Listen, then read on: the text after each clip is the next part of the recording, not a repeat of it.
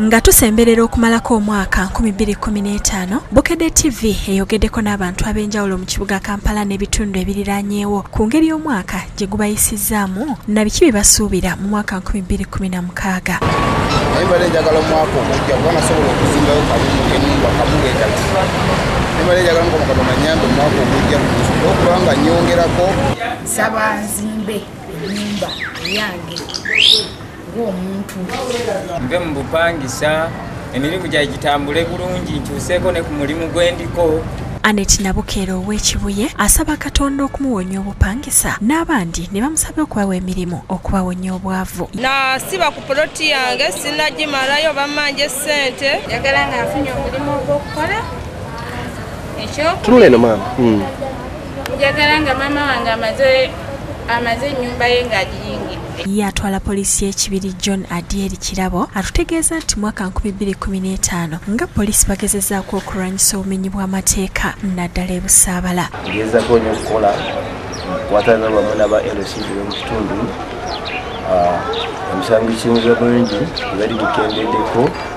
Ate omutongole Grace Kikomeko atenderezza omwaka 2015 kubanga mwe yafunidde obwami. Nfuniddemu ebirungi n'ebibi mbifunye. Batulwadde nnyo tulwazizza nange nfuniddemu obwami bw'omutongole.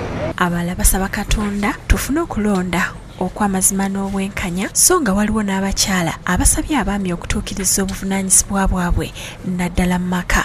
Bakusomeramu byonna bye beetaaga mulaba tulina busobozi. Simanyi oba naamalako.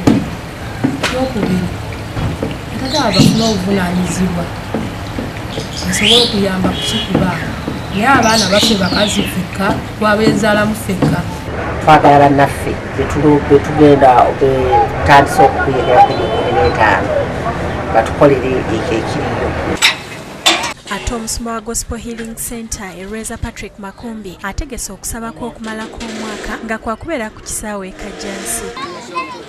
Ono ategeezezza nti wakati mu bantu abasanyuka n'ab'emiti yonna bakuŋŋaanirawo naye nga bakolaganidde wamu ne poliisi okuziyiza obumenyi bw'amateeka. Tulina security eri mu uniform n'etali mu uniform.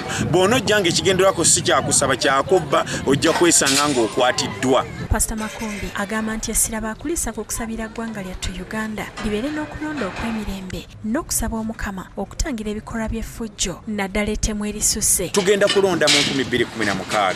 Ekyokubiri okufa kubadde kungi omwaka guno 2015.